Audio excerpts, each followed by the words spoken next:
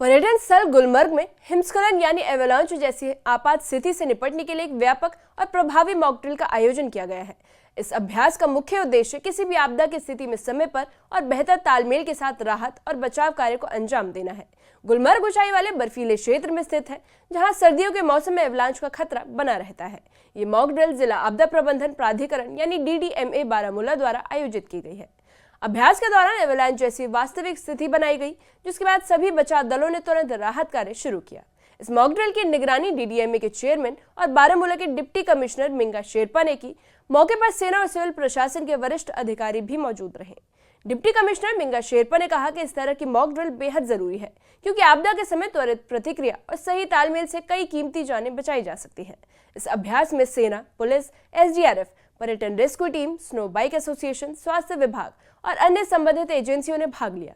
बचाव दलों ने बर्फ में दबे लोगों को खोजने, उन्हें सुरक्षित बाहर निकालने, प्राथमिक उपचार देने और सुरक्षित स्थानों तक पहुंचाने का अभ्यास किया। मॉक ड्रिल के दौरान स्नीफर डॉग्स और हेलीकॉप्टर का भी इस्तेमाल किया गया, जिससे अभ्यास और अधिक वास्तविक और प्रभावी बन सका। प्रशासन ने बताया कि मॉक ड्रिल पर्यटकों और स्थानीय लोगों की सुरक्षा को ध्यान में रखकर किया गया है।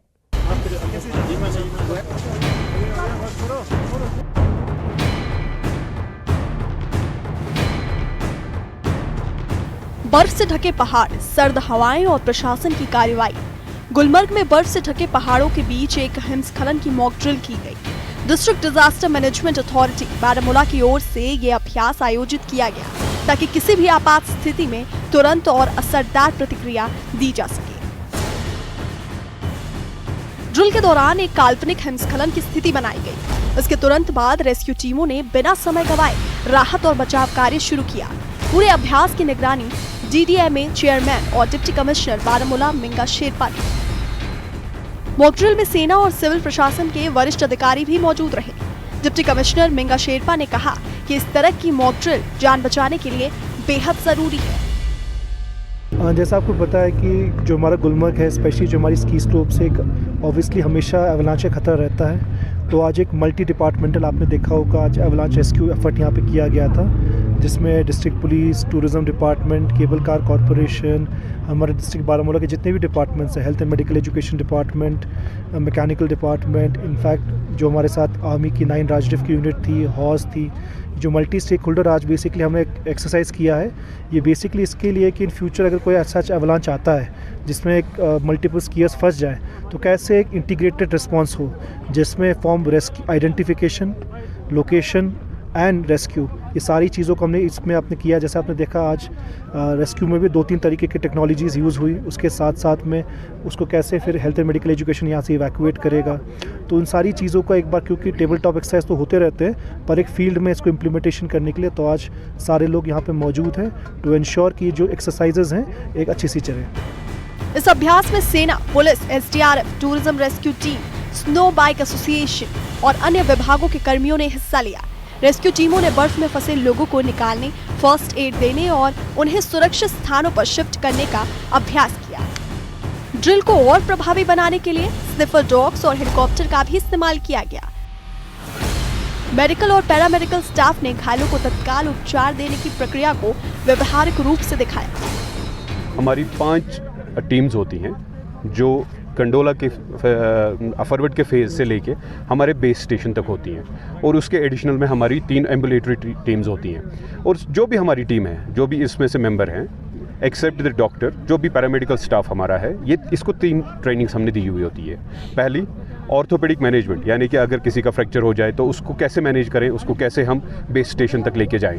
उसके बाद होता है हाई ऑल्टीट्यूड इमरजेंसी मैनेजमेंट, यानी कि यहाँ पे हाई ऑल्टीट्यूड है, इस पर क्या क्या प्रॉब्लम्स हो सकती हैं, एयर सिकनेस हो सकती है, बाकी चीज़ें हो सकती है, तो उसको कैसे हम टैकल करें। और उसके बाद हमारी होती है BLS, basic life support training, जो कि हमने यहाँ पे बहुत सारे स्टेक होल्डर्स के हमारे डिपार्टमेंट ने पहले ही उनको भी दे दी है। तो ये सभी ट्रेन टीम है, हमारी 5 टीमें ट्रेंड होती है। तो जब भी ऐसा कभी खुदा ना खास्ता कोई हादसा होता है, तो उसमें हमारा रिस्पॉन्स टाइम ज़्यादा से ज़्यादा, अगर हमारे जैसे विंटर गेम्स अभी नहीं चल रहे हैं, तो हमारा PHC का कैटरिंग जो पॉइंट है, प्राइमरी हेल्थ सेंटर गुलमर्ग का, वहाँ से यहाँ तक 20 मिनट से कम होता है रिस्पांस टाइम हमारा। और जब गेम्स के दौरान जब हम यहाँ पे स्टेशन होते हैं, तो हमारा रिस्पांस टाइम 5 मिनट से कम होता है। लाइक D3 एवलांच आए हैं, उसमें भी हमने पार्टिसिपेट किया, हमने भी पेशेंट्स को निकाला है और रेफर भी किया है। लेकिन बहुत से लोग ऐसे थे जो उस वक्त मेडिकल के साथ साथ जिनके पास नॉलेज उतनी नहीं होती थी, लेकिन आज इस ड्रिल से बहुत ज़्यादा जो है नॉलेज मिली। हमें भी पता चला कि पेशेंट को कैसे वहाँ से निकालना है, क्योंकि कहीं ओकेजन्स पे जो है अफरा तफरी हो जाती है, और अफरा तफरी में आप कैसे अपने आप को माइंड को कूल रखोगे, किस तरह से इस पेशेंट को निकालोगे, इस डिजीज़ को निकालोगे, तो ये कुछ सीखने को मिला। प्रशासन के अनुसार इस तरह की मॉक ड्रिल का मकसद सभी विभागों के बीच बेहतर तालमेल बनाना है। SDRF की टीमों को आपदा के समय सबसे आगे रहकर रेस्क्यू ऑपरेशन संभालने की ट्रेनिंग दी जाती है। स्टेट डिजास्टर रिस्पांस फोर्स का मतलब भी है कि जब भी कभी कोई आफत आए, चाहे वो नेचर की तरफ से आए या इंसान की तरफ से आए, उस वक्त हम लोगों की जान और माल की हिफाजत करें। उसी सिलसिले में यहाँ पे आज मॉक ड्रिल का इनेकाद किया गया डिस्ट्रिक्ट एडमिनिस्ट्रेशन बारामूला की तरफ से, जिसमें हमने भी शिरकत की। बाकी भी लाइन डिपार्टमेंट सारे यहाँ पे मौजूद थे। यहाँ पे कई कैजुअल्टीज़, एक सिनेरियो बनाया गया एवलांच का, जिसमें कि विक्टिम्स दबे हुए पाए गए।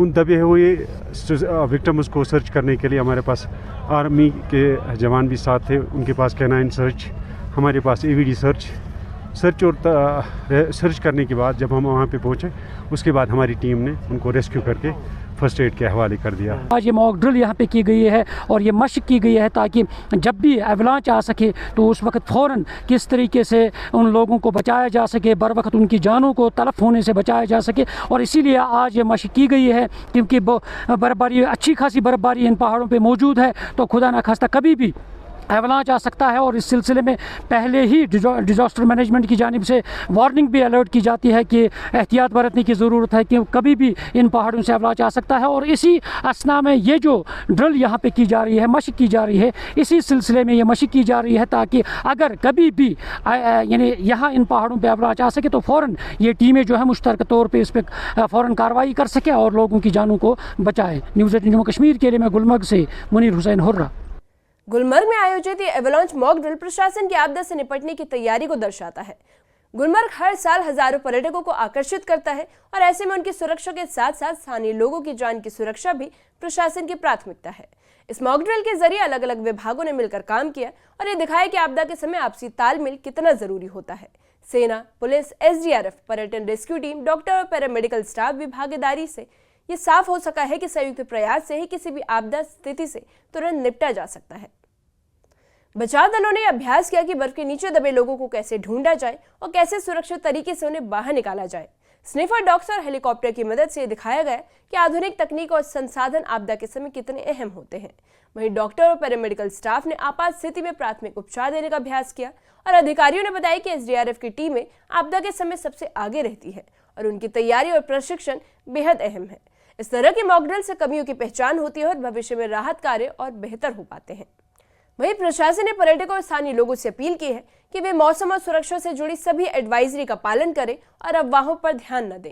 नियमित रूप से होने वाली ऐसी मॉक ड्रिल आपदा प्रबंधन को मजबूत बनाती है और लोगों में सुरक्षा को लेकर भरोसा बढ़ाती है।